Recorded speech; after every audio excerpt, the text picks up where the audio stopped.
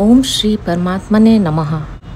नमस्ते दोस्तों, भगवत गीता की इस यात्रा में आपका स्वागत है, अभिनंदन है। आज हम भगवत गीता के 19वें श्लोक में प्रवेश करेंगे, तो चलिए प्रारंभ करते हैं। वसुदेवसुतं देवं कंसचानूरमर्दनं देवकी परमानन्दं कृष्णं वन्दे जगद्गुरुम्। अथ श्रीमद्भगवद्गीता नवमोऽध्यायः। श्रीभगवान् उवाच तपाम्यहमहं वर्षं निगृह्णाम्युत्सृजामि च अमृतं चैव मृत्युश्च सदसच्चाहम् अर्जुन। श्री भगवान बोले, हे अर्जुन, संसार के हित के लिए मैं ही सूर्य रूप से तपता हूँ, मैं ही जल ग्रहण करता हूँ और फिर उस जल को मैं ही वर्षा रूप से बरसा देता हूँ। और तो क्या कहूँ, अमृत और मृत्यु तथा सत और असत भी मैं ही हूँ। तपाम्यहम् अहं वर्षम निगृह्णाम्युत्सृजामि च। पृथ्वी पर जो कुछ अशुद्ध गंदी चीजें हैं जिनसे रोग पैदा होते हैं, उनका शोषण करके प्राणियों को निरोग करने के लिए, अर्थात औषधियों जड़ी बूटियों में जो जहरीला भाग है उसका शोषण करने के लिए, और पृथ्वी का जो जलीय भाग है जिससे अपवित्रता होती है उसको सुखाने के लिए मैं ही सूर्य रूप से तपता हूँ। सूर्य रूप से उन सबके जलीय भाग को ग्रहण करके और उस जल को शुद्ध तथा मीठा बना करके समय आने पर वर्षा रूप से प्राणी मात्र के हित के लिए बरसा देता हूँ, जिससे प्राणी मात्र का जीवन चलता है। अमृतम चैव मृत्युश्च सदा सच्चाहम अर्जुन। मैं ही अमृत और मृत्यु हूँ, अर्थात मात्र जीवों का प्राण धारण करते हुए जीवित रहना यानी न मरना, और संपूर्ण जीवों के पिंड प्राणों का वियोग होना अर्थात मरना भी मैं ही हूँ। और तो क्या कहूँ, सत असत, नित्य अनित्य, कारण कार्य रूप से जो कुछ है वह सब मैं ही हूँ। तात्पर्य है कि जैसे महात्मा की दृष्टि में सब कुछ वासुदेव यानी भगवत स्वरूप ही है, वासुदेवस् सर्वम, ऐसे ही भगवान की दृष्टि में सत असत, कारण कार्य सब कुछ भगवान ही है। परंतु सांसारिक लोगों की दृष्टि में सब एक दूसरे से विरुद्ध दिखते हैं। जैसे जीना और मरना अलग अलग दिखता है, उत्पत्ति और विनाश अलग अलग दिखते हैं, स्थूल और सूक्ष्म अलग अलग दिखते हैं, सत्व रज और तम ये तीनों अलग अलग दिखते हैं, कारण और कार्य अलग अलग दिखते हैं, जल और बर्फ अलग अलग दिखते हैं। परंतु वास्तव में संसार में भगवान ही प्रकट होने से, भगवान ही बने हुए होने से सब कुछ भगवत स्वरूप ही है। भगवान के सिवाय उसकी स्वतंत्र सत्ता है ही नहीं। जैसे सूत से बने हुए सब कपड़ों में केवल सूत ही सूत है, ऐसे ही वस्तु, व्यक्ति, क्रिया, पदार्थ आदि सब कुछ केवल भगवान ही भगवान है। यहाँ परिशिष्ट भाव यह है कि सृष्टि से पहले भी परमात्मा थे और अंत में भी परमात्मा रहेंगे, फिर बीच में दूसरा कहाँ से आया।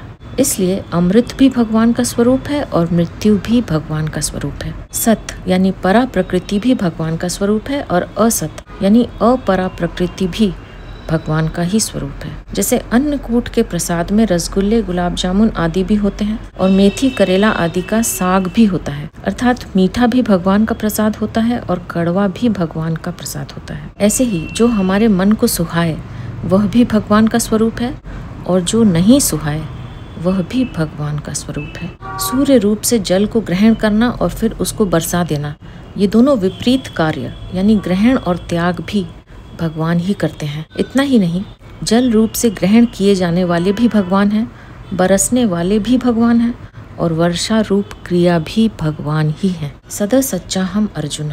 संसार में सत यानी परा और असत यानी अपरा के सिवाय अन्य कुछ नहीं है। संसार असत है और उसमें रहने वाला परमात्म तत्व सत है। शरीर असत है और उसमें रहने वाली जीवात्मा सत है। शरीर और संसार परिवर्तनशील है, जीवात्मा और परमात्मा अपरिवर्तनशील है। शरीर और संसार नाशवान है, जीवात्मा और परमात्मा अविनाशी है। गीता 2 अध्याय का 12वां श्लोक। भगवान कहते हैं कि परिवर्तनशील भी मैं हूँ और अपरिवर्तनशील भी मैं हूँ, नाशवान भी मैं हूँ और अविनाशी भी मैं हूँ। तात्पर्य है कि सब कुछ भगवान ही भगवान है, भगवान के सिवाय और कुछ भी नहीं है। गीता 7वें अध्याय का 7वां श्लोक। ना सतो विद्यते भावो ना भावो विद्यते सतः। इसमें तो विवेक है, पर सदा सच्चा हम, इसमें विवेक नहीं है, प्रत्युत विश्वास है। सब कुछ भगवान ही है, यह विश्वास विवेक से भी तेज है, कारण कि विवेक वहीं काम करता है जहाँ सत्य और असत्य दोनों का विचार होता है। जब असत्य है ही नहीं तो फिर विवेक क्या करे? असत्य को माने तो विवेक है और असत्य को न माने तो विश्वास है। विवेक में सत्य असत्य का विभाग है, पर विश्वास में विभाग है ही नहीं।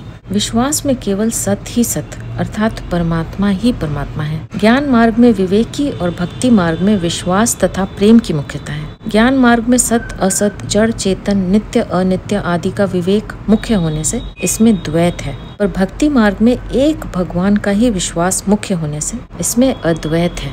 तात्पर्य है कि दो सत्ता न होने से वास्तविक अद्वैत भक्ति में ही है। ज्ञान मार्ग में साधक असत्य का निषेध करता है। निषेध करने से असत्य की सत्ता का भाव बना रह सकता है। साधक असत्य के निषेध पर जितना जोर लगाता है उतना ही असत्य की सत्ता का भाव दृढ़ होता है। अतः असत्य का निषेध करना उतना बढ़िया नहीं है जितना उसकी उपेक्षा करना बढ़िया है। उपेक्षा करने की अपेक्षा भी सब कुछ परमात्मा ही है, यह भाव और भी बढ़िया है। अतः भक्त न असत को हटाता है न असत की उपेक्षा करता है, प्रत्युत सत असत सब में परमात्मा का ही दर्शन करता है, क्योंकि वास्तव में सब कुछ परमात्मा ही है। भगवान कहते हैं अहमे वासमे वाग्रे नान्यत यत सदसत परम पश्चादहम यदे तच्च यो वशिष्येत सो सम्यहम। श्रीमद् भागवत 2:9-32। यानी सृष्टि से पहले मैं ही विद्यमान था, मेरे सिवाय और कुछ भी नहीं था, और सृष्टि उत्पन्न होने के बाद जो कुछ भी यह संसार दिखता है वह भी मैं ही हूँ। सत असत तथा सत असत से परे जो कुछ हो सकता है वह भी मैं ही हूँ।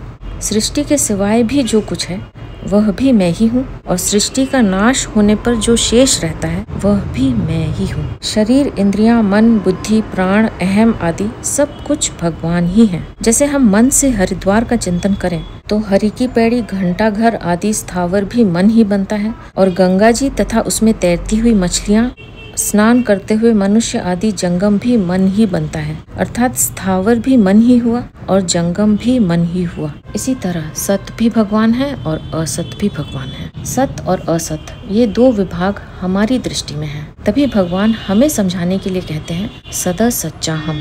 भगवान की दृष्टि में तो एक उनके सिवाय कुछ नहीं है। ऊंची से ऊंची दार्शनिक दृष्टि से भी देखें तो सत्ता एक ही है, दो सत्ता हो ही नहीं सकती। दूसरी सत्ता मानने से ही मोह होता है। गीता 7वें अध्याय का 13वां श्लोक। राग द्वेष भी दूसरी सत्ता मानने से ही होते हैं।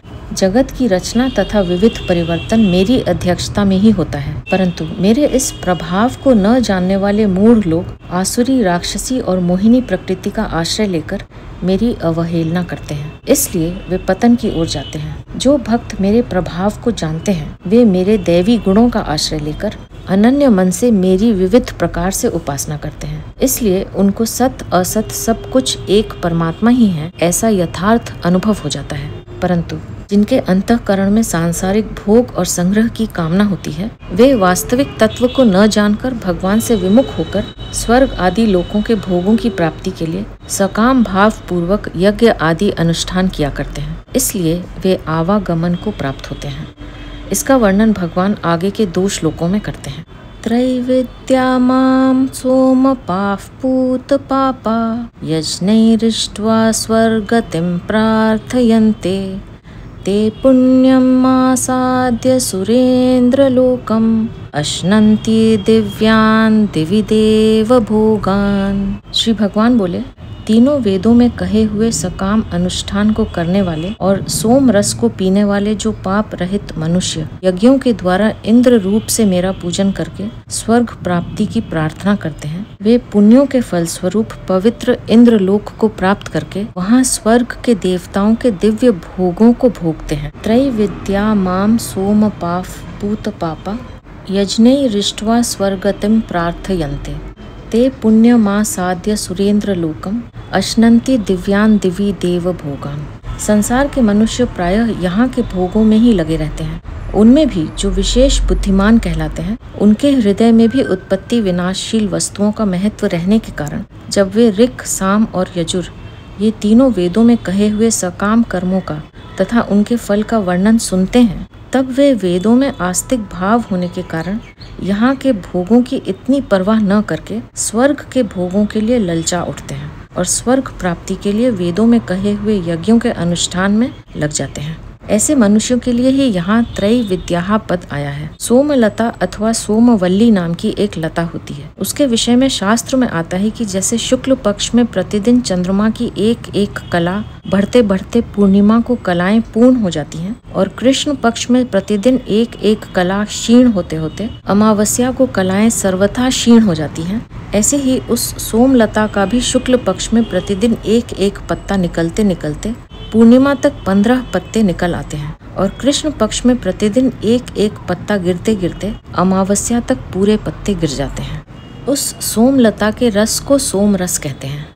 यज्ञ करने वाले उस सोम रस को वैदिक मंत्रों के द्वारा अभिमंत्रित करके पीते हैं, इसलिए उनको सोमपाहा कहा गया है। वेदों में वर्णित यज्ञों का अनुष्ठान करने वाले और वेद मंत्रों से अभिमंत्रित सोम रस को पीने वाले मनुष्यों के स्वर्ग के प्रतिबंधक पाप नष्ट हो जाते हैं, इसलिए उनको पूत पापाहा कहा गया है। भगवान ने पूर्व श्लोक में कहा है कि सत असत सब कुछ मैं ही हूँ, तो इंद्र भी भगवत स्वरूप ही हुए। अतः यहाँ माम पद से इंद्र को ही लेना चाहिए, क्योंकि सकाम यज्ञ का अनुष्ठान करने वाले मनुष्य स्वर्ग प्राप्ति की इच्छा से स्वर्ग के अधिपति इंद्र का ही पूजन करते हैं और इंद्र से ही स्वर्ग प्राप्ति की प्रार्थना करते हैं।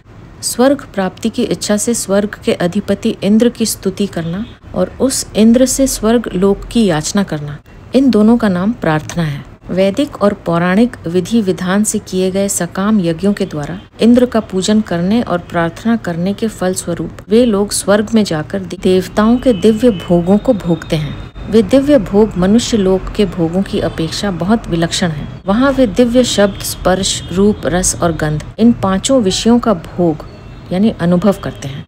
इनके सिवाय दिव्य नंदनवन आदि में घूमना, सुख आराम लेना, आदर सत्कार पाना, महिमा पाना आदि भोगों को भी भोगते हैं। यहाँ परिशिष्ट भाव यह है कि यहाँ ऐसे मनुष्यों का वर्णन हुआ है जिनके भीतर संसार की सत्ता और महत्ता बैठी हुई है और जो भगवान की अविधि पूर्वक उपासना करने वाले हैं। गीता 9वें अध्याय का 23वां श्लोक। ऐसे मनुष्यों की ऐसी उपासना का फल नाशवान ही होता है। गीता 7वें अध्याय का 23वां श्लोक। समग्र रूप के अंतर्गत होने से सब भगवान ही हैं, इसलिए यहाँ इंद्र के लिए भी माम पद आया है। मनुष्य लोक की अपेक्षा पवित्र होने से इंद्र लोक के लिए पुण्यम पद आया है।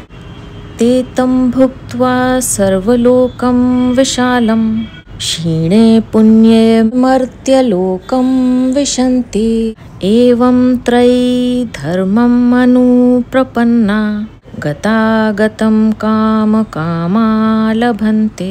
श्री भगवान बोले, वे उस विशाल स्वर्ग लोक के भोगों को भोग कर पुण्य क्षीण होने पर मृत्यु लोक में आ जाते हैं। इस प्रकार तीनों वेदों में कहे हुए सकाम धर्म का आश्रय लिए हुए भोगों की कामना करने वाले मनुष्य आवागमन को ही प्राप्त होते हैं।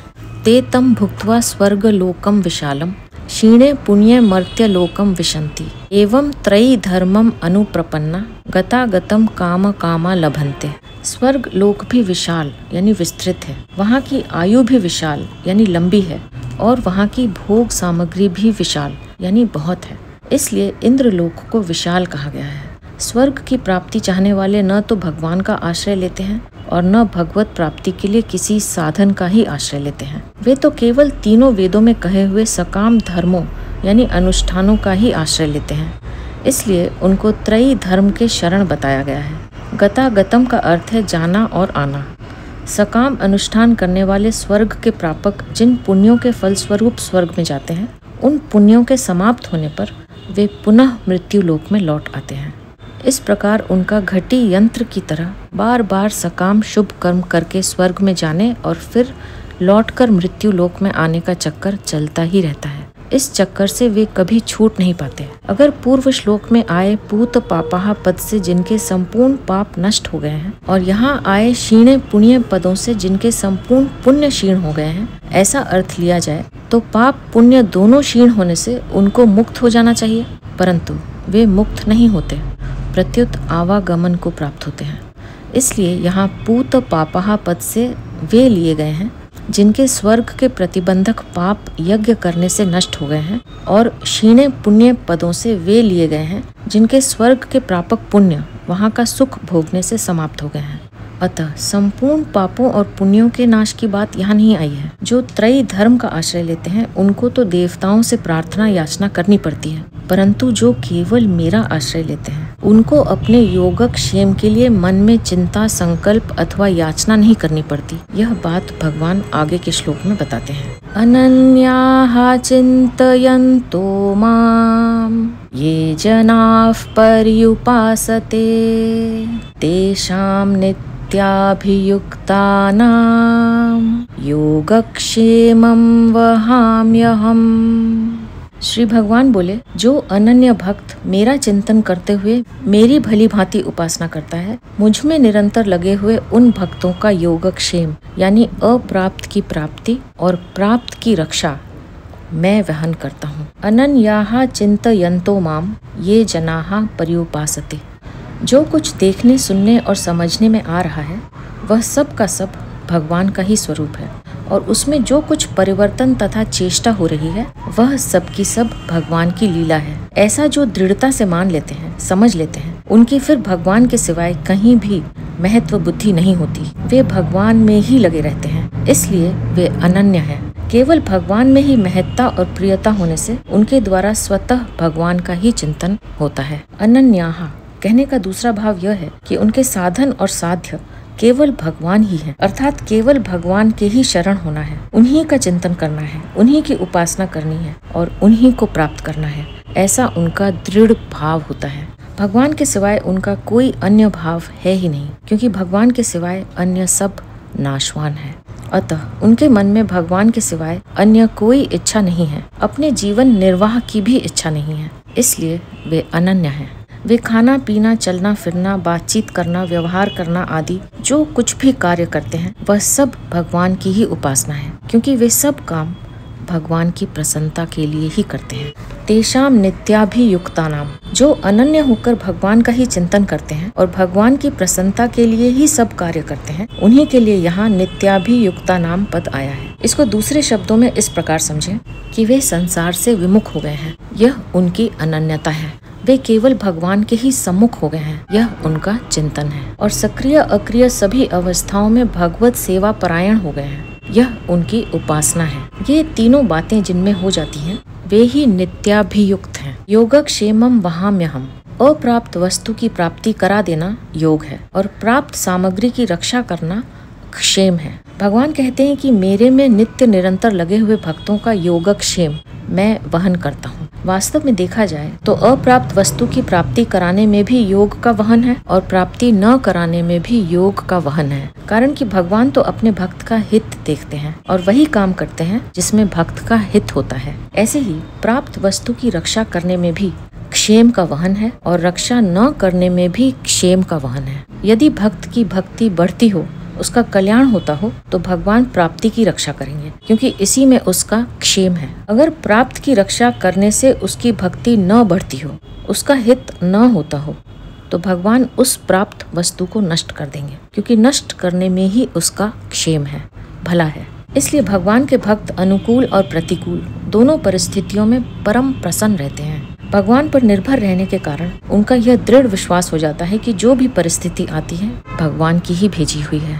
अतः अनुकूल परिस्थिति ठीक है और प्रतिकूल परिस्थिति बेठीक है, उनका यह भाव मिट जाता है। उनका भाव रहता है कि भगवान ने जो किया है वही ठीक है और भगवान ने जो नहीं किया है वही ठीक है, उसी में हमारा कल्याण है। ऐसा होना चाहिए और ऐसा नहीं होना चाहिए, यह सोचने की हमें किंचित मात्र भी आवश्यकता नहीं है, कारण कि हम सदा भगवान के हाथ में ही हैं और भगवान सदा ही हमारा वास्तविक हित करते रहते हैं, इसलिए हमारा अहित कभी हो ही नहीं सकता। तात्पर्य है कि भक्त का मनचाहा हो जाए तो उसमें भी कल्याण है और मनचाहा न हो तो उसमें भी कल्याण है। भक्त का चाहा और न चाहा कोई मूल्य नहीं रखता, मूल्य तो भगवान के विधान का है।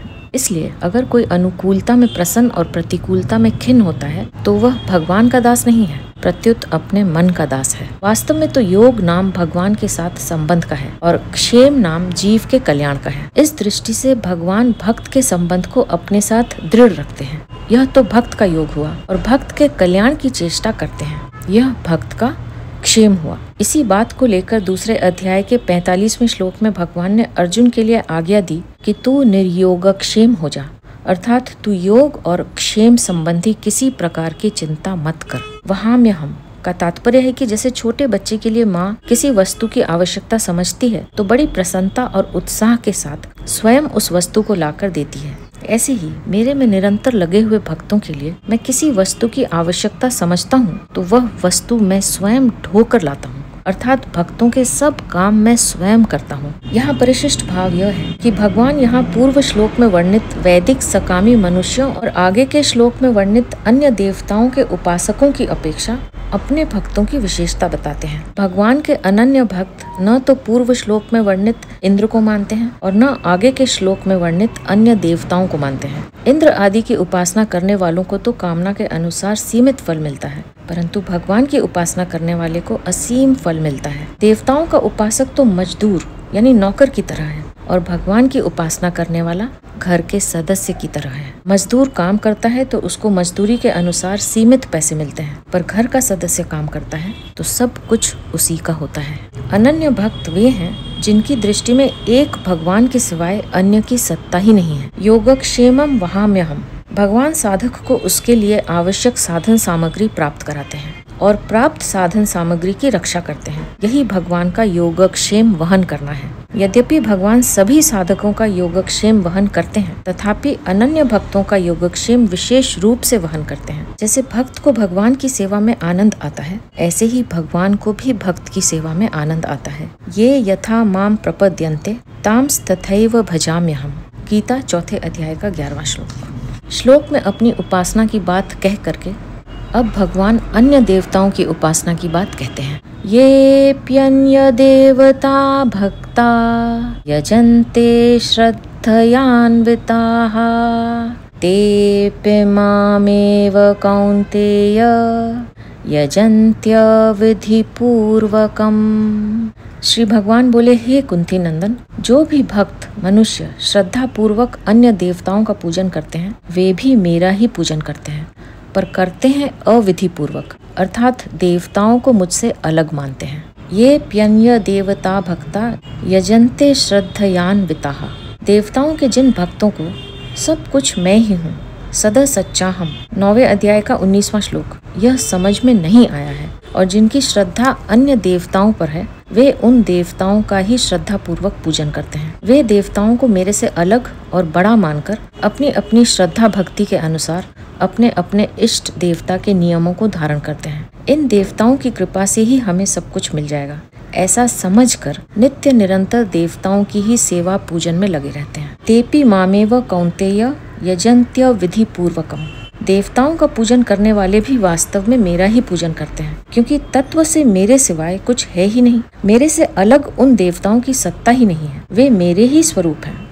अतः उनके द्वारा किया गया देवताओं का पूजन भी वास्तव में मेरा ही पूजन है, पर है अविधि पूर्वक। अविधि पूर्वक कहने का मतलब यह नहीं है कि पूजन सामग्री कैसी होनी चाहिए, उनके मंत्र कैसे होने चाहिए, उनका पूजन कैसे होना चाहिए, आदि आदि विधियों का उनको ज्ञान नहीं है। प्रत्युत इसका मतलब है मुझे उन देवताओं से अलग मानना। जैसे कामना के कारण ज्ञान हरा जाने से वे देवताओं के शरण होते हैं, गीता 7वें अध्याय का 20वां श्लोक, ऐसे ही यहाँ मेरे से देवताओं की अलग यानी स्वतंत्र सत्ता मानकर जो देवताओं का पूजन करना है, यही अविधि पूर्वक पूजन करना है। इस श्लोक का निष्कर्ष यह निकला कि अपने में किसी प्रकार की किंचित मात्र भी कामना न हो और उपास्य में भगवत बुद्धि हो, तो अपनी अपनी रुचि के अनुसार किसी भी प्राणी को, मनुष्य को और किसी भी देवता को अपना उपास्य मानकर उसकी पूजा की जाए तो वह सब भगवान का ही पूजन हो जाएगा और उसका फल भगवान की ही प्राप्ति होगा।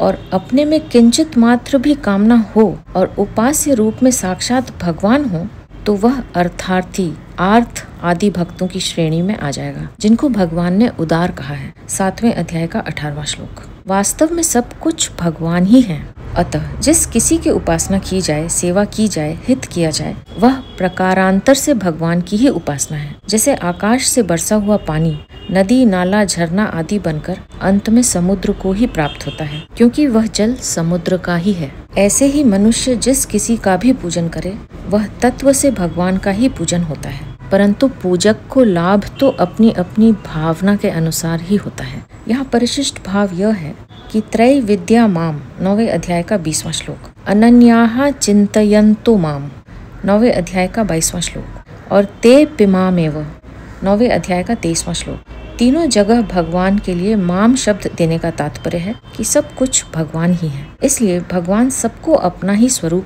जानते हैं। अगर मनुष्य में कामना न हो और सब में भगवत बुद्धि हो तो वह किसी की भी उपासना करे, वह वास्तव में भगवान की ही उपासना है। तात्पर्य है कि अगर निष्काम भाव और भगवत बुद्धि हो जाए तो उसका पूजन अविधि पूर्वक नहीं रहेगा, प्रत्युत वह भगवान का ही पूजन हो जाएगा। 7वें अध्याय में देव यजः पद आया था, 7वें अध्याय का 23वां श्लोक, उसी को यहाँ यजन्ते पद से कहा गया है। देवताओं का पूजन करने वालों का अविधि पूर्वक पूजन करना क्या है? इस पर भगवान कहते हैं, अहम हि सर्वयज्ञानां भोक्ता च प्रभुरेव च न तु मामभिजानन्ति तत्त्वेनातश्च्यवन्ति ते। श्री भगवान बोले, क्योंकि संपूर्ण यज्ञों का भोक्ता और स्वामी भी मैं ही हूँ, परंतु वे मुझे तत्व से नहीं जानते, इसी से उनका पतन होता है। दूसरे अध्याय में भगवान ने कहा है कि जो भोग और ऐश्वर्य में अत्यंत आसक्त हैं, वे मुझे केवल परमात्मा की तरफ ही चलना है ऐसा निश्चय नहीं कर सकते। दूसरे अध्याय का 44वां श्लोक, अतः परमात्मा की तरफ चलने में 2 बाधाएं मुख्य हैं, अपने को भोगों का भोक्ता मानना और अपने को संग्रह का मालिक मानना। इन दोनों से ही मनुष्य की बुद्धि उल्टी हो जाती है, जिससे वह परमात्मा से सर्वथा विमुख हो जाता है। जब यह जीव भोग और ऐश्वर्य में लग जाता है, अर्थात अपने को भोगों का भोक्ता और संग्रह का मालिक मानकर उनका दास बन जाता है और भगवान से सर्वथा विमुख हो जाता है, तो फिर उसको यह बात याद ही नहीं रहती कि सबके भोक्ता और मालिक भगवान है। इसी से उसका पतन हो जाता है। परंतु जब इस जीव को चेत हो जाता है कि वास्तव में मात्र भोगों के भोक्ता और मात्र ऐश्वर्य के मालिक भगवान ही हैं, तो फिर वह भगवान में लग जाता है, ठीक रास्ते पर आ जाता है, फिर उसका पतन नहीं होता। अहम ही सर्व यज्ञानाम भोक्ता च प्रभुरेव च। शास्त्र की आज्ञा के अनुसार मनुष्य यज्ञ, दान, तप, तीर्थ, व्रत आदि जितने शुभ कर्म करते हैं तथा अपने वर्ण आश्रम की मर्यादा के अनुसार जितने व्यवहारिक और शारीरिक कर्तव्य कर्म करते हैं, उन सब कर्मों का भोक्ता अर्थात फल भागी मैं हूँ। कारण कि वेद में, शास्त्रों में, पुराणों में, स्मृति ग्रंथों में प्राणियों के लिए शुभ कर्मों का जो विधान किया गया है, वह सबका सब मेरा ही बनाया हुआ है और मुझे ही देने के लिए बनाया हुआ है, जिससे ये प्राणी संपूर्ण कर्तव्य कर्मों से और उनके फलों से सर्वथा निर्लिप्त रहें, कभी अपने स्वरूप से च्युत न हो और अनन्य भाव से केवल मेरे में ही लगे रहें। अतः उन संपूर्ण शुभ कर्मों का और व्यावहारिक तथा शारीरिक कर्तव्य कर्म का भोक्ता मैं ही हूँ। जैसे संपूर्ण यज्ञों का भोक्ता यानी फल भागी मैं ही हूँ, ऐसे ही संपूर्ण संसार का अर्थात संपूर्ण लोक, पदार्थ, व्यक्ति, घटना, परिस्थिति, क्रिया और प्राणियों के शरीर, मन, बुद्धि, इंद्रियों आदि का मालिक भी मैं ही हूँ। कारण कि अपनी प्रसन्नता के लिए ही मैंने अपने में से इस संपूर्ण सृष्टि की रचना की है। अतः इन सब की रचना करने वाला होने से इनका मालिक मैं ही हूँ। यहाँ प्रश्न उठता है कि भगवान का भोक्ता बनना क्या है? भगवान ने कहा है कि महात्माओं की दृष्टि में सब कुछ वासुदेव ही हैं, 7वें अध्याय का 19वां श्लोक, और मेरी दृष्टि में भी सत असत सब कुछ मैं ही हूँ, 9वें अध्याय का 19वां श्लोक। जब सब कुछ मैं ही हूँ तो कोई किसी देवता की पुष्टि के लिए यज्ञ करता है, उस यज्ञ के द्वारा देवता रूप में मेरी ही पुष्टि होती है। कोई किसी को दान देता है तो दान लेने वाले के रूप में मेरा ही अभाव दूर होता है, उससे मेरी ही सहायता होती है। कोई तप करता है तो उस तप से तपस्वी के रूप में मुझे ही सुख शांति मिलती है। कोई किसी को भोजन कराता है तो उस भोजन से प्राणों के रूप में मेरी ही तृप्ति होती है। कोई शौच स्नान करता है तो उससे उस मनुष्य के रूप में मुझे ही प्रसन्नता होती है। कोई पेड़ पौधों में खाद देता है, उनको जल से सींचता है तो वह खाद और जल पेड़ पौधों के रूप में मुझे ही मिलता है। और उनसे मेरी ही पुष्टि होती है। कोई किसी दीन दुखी अपाहिज की तन धन मन से सेवा करता है तो वह मेरी ही सेवा होती है। कोई वैद्य डॉक्टर किसी रोगी का इलाज करता है तो वह इलाज मेरा ही होता है। कोई कुत्तों को रोटी डालता है, कबूतरों को दाना डालता है, गायों की सेवा करता है, भूखों को अन्न देता है, प्यासों को जल पिलाता है तो उन सबके रूप में मेरी ही सेवा होती है। उन सब वस्तुओं को मैं ही ग्रहण करता हूँ। जैसे कोई किसी मनुष्य की सेवा करे, उसके किसी अंग की सेवा करे, उसके कुटुंब की सेवा करे तो वह सब सेवा उस मनुष्य की ही होती है। ऐसे ही मनुष्य जहाँ कहीं सेवा करे, जिस किसी की सहायता करे, वह सेवा और सहायता मुझे ही मिलती है, कारण कि मेरे बिना अन्य कोई है ही नहीं। मैं ही अनेक रूपों में प्रकट हुआ हूँ। बहुश्याम प्रजा येय। तैत्तिरीय 2:6। तात्पर्य यह हुआ कि अनेक रूपों में सब कुछ ग्रहण करना ही भगवान का भोक्ता बनना है। अब अगला प्रश्न उठता है कि भगवान का मालिक होना क्या है। भगवत तत्व को जानने वाले भक्तों की दृष्टि में अपरा और परा प्रकृति रूप मात्र संसार के मालिक भगवान ही हैं। संसार मात्र पर उनका ही अधिकार है। सृष्टि की रचना करें या न करें, संसार की स्थिति रखें या न रखें, प्रलय करें या न करें, प्राणियों को चाहे जहाँ रखें, उनका चाहे जैसा संचालन करें, चाहे जैसा उपभोग करें, अपनी मर्जी के मुताबिक चाहे जैसा परिवर्तन करें आदि, मात्र परिवर्धन करने में भगवान की बिल्कुल स्वतंत्रता है। तात्पर्य यह हुआ कि जैसे भोगी मनुष्य भोग और संग्रह का चाहे जैसा उपभोग करने में स्वतंत्र है, जबकि उसकी स्वतंत्रता मानी हुई है, वास्तव में नहीं है, ऐसे ही भगवान मात्र संसार का चाहे जैसा परिवर्धन करने में सर्वथा स्वतंत्र है। भगवान की वह स्वतंत्रता वास्तविक है। यही भगवान का मालिक बनना है। न तो माम भिजानन्ति तत्त्वेनातश्च वन्ति ते। वास्तव में सत असत जड़ चेतन आदि सब कुछ मैं ही हूँ। अतः जो भी कर्तव्य कर्म किए जाएं, उन कर्मों का और उनके फलों का भोक्ता मैं ही हूँ।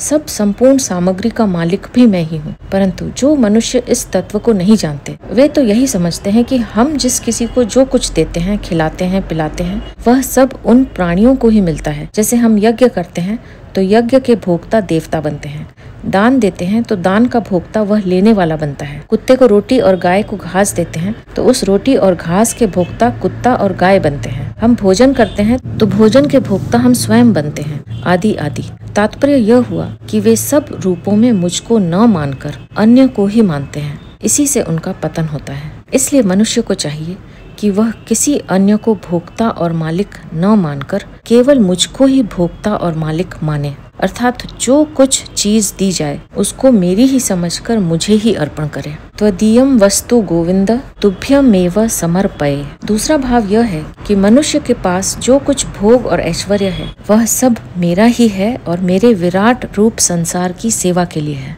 परंतु भोग और ऐश्वर्य में आसक्त मनुष्य उस तत्व को न जानने के कारण उस भोग और ऐश्वर्य को अपना और अपने लिए मान लेते हैं, जिससे वे यही समझते हैं कि ये सब चीजें हमारे उपभोग में आने वाली हैं और हम इनके अधिपति हैं, मालिक हैं। पर वास्तव में उन चीजों के गुलाम हो जाते हैं। वे जितना ही उन चीजों को अपनी और अपने लिए मानते हैं, उतने ही उनके पराधीन हो जाते हैं। फिर वे उन चीजों के बनने और बिगड़ने से अपना बनना और बिगड़ना मानने लगते हैं, इसलिए उनका पतन हो जाता है। तात्पर्य यह हुआ कि मुझे संपूर्ण यज्ञों का भोक्ता और मालिक जानने से मुक्ति हो जाती है और न जानने से पतन हो जाता है।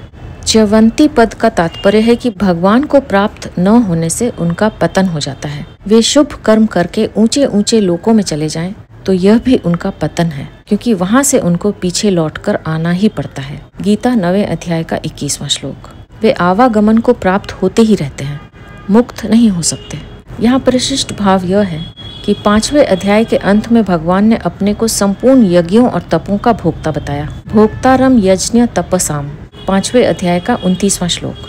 वहाँ तो भगवान ने अन्वय रीति से अपने को संपूर्ण यज्ञों का भोक्ता जानने वालों को शांति प्राप्त होने की बात कही है, और यहाँ व्यतिरेक रीति से वैसा न जानने वालों का पतन होने की बात कही है। स्वयं भोक्ता बनने से ही पतन होता है।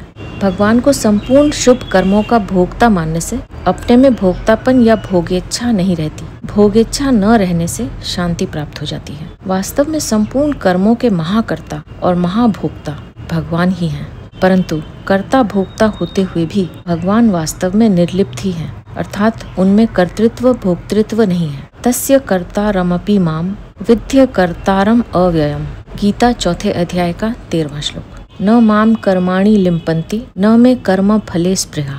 गीता चौथे अध्याय का 14वां श्लोक। जो भगवान को संपूर्ण यज्ञों का भोक्ता और मालिक न मानकर देवता आदि का सकाम भाव से पूजन करते हैं, उनकी गतियों का वर्णन भगवान आगे के श्लोक में करते हैं। यान्ति देवव्रता देवान् पितॄन् यान्ति पितृव्रताः भूतानि यान्ति भूतेज्या यान्ति मद्याजिनोऽपि माम्। श्री भगवान बोले, सकाम भाव से देवताओं का पूजन करने वाले शरीर छोड़ने पर देवताओं को प्राप्त होते हैं। पितरों का पूजन करने वाले पितरों को प्राप्त होते हैं। भूत प्रेतों को पूजन करने वाले भूत प्रेतों को प्राप्त होते हैं, परंतु मेरा पूजन करने वाले मुझे ही प्राप्त होते हैं। पूर्व श्लोक में भगवान ने बताया कि मैं ही संपूर्ण यज्ञों का भोक्ता हूँ और संपूर्ण संसार का मालिक हूँ, परंतु जो मनुष्य मुझे भोक्ता और मालिक न मानकर स्वयं भोक्ता और मालिक बन जाते हैं, उनका पतन हो जाता है। अब इस श्लोक में उनके पतन का विवेचन करते हैं। यान्ति देवव्रता देवान। भगवान को ठीक तरह से न जानने के कारण भोग और ऐश्वर्य को चाहने वाले मनुष्य वेदों और शास्त्रों में वर्णित नियमों, व्रतों, मंत्रों, पूजन विधियों आदि के अनुसार अपने अपने उपास्य देवताओं का विधि विधान से सांगोपांग पूजन करते हैं, अनुष्ठान करते हैं और सर्वथा उन देवताओं के परायण हो जाते हैं। गीता 7वें अध्याय का 20वां श्लोक। वे उपास्य देवता अपने उन भक्तों को अधिक से अधिक और ऊंचा से ऊंचा फल यही देंगे कि उनको अपने लोकों में ले जाएंगे, जिन लोकों को भगवान ने पुनरावर्ती कहा है। 8वें अध्याय का 16वां श्लोक।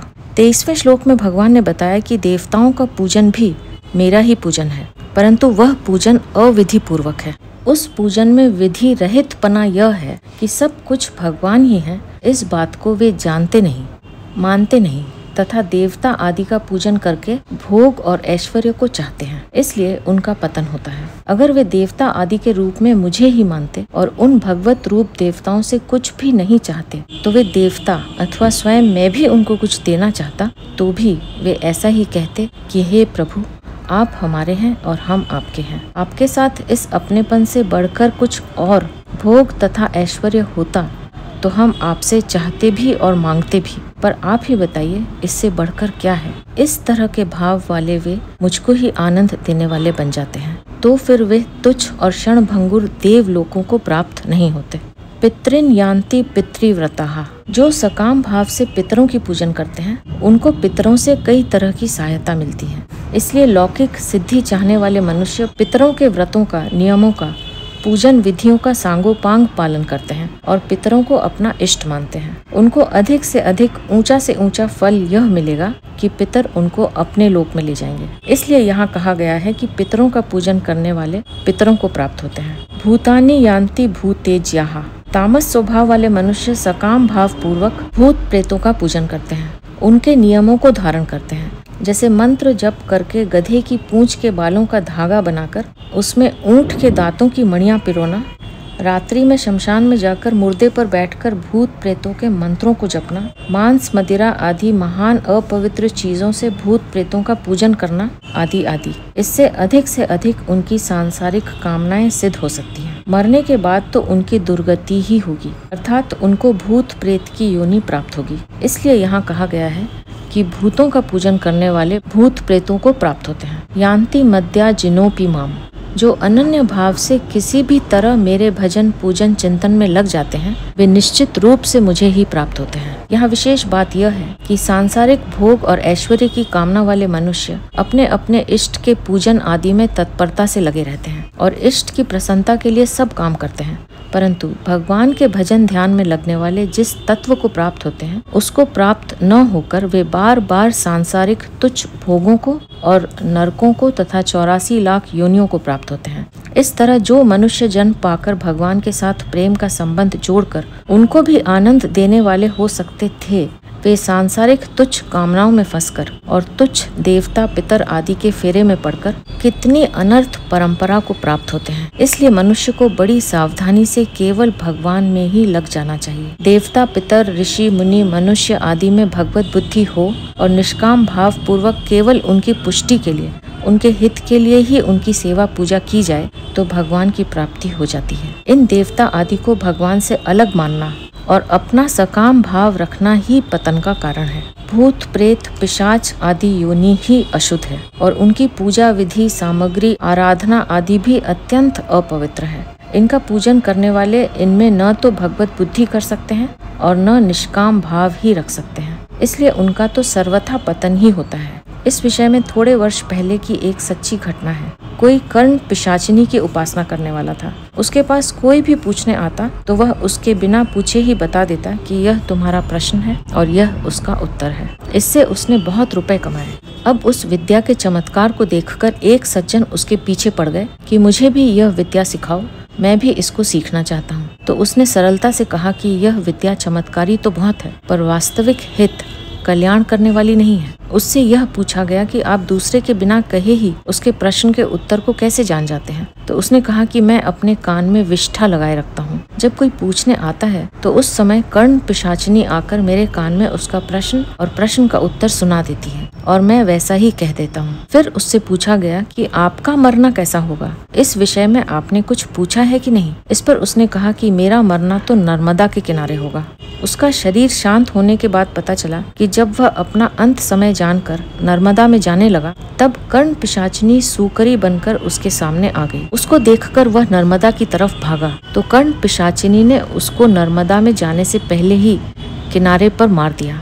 कारण यह था कि अगर वह नर्मदा में मरता तो उसकी सदगति हो जाती, परंतु कर्ण पिशाचिनी ने उसकी सदगति नहीं होने दी और उसको नर्मदा किनारे पर ही मारकर अपने साथ ले गई।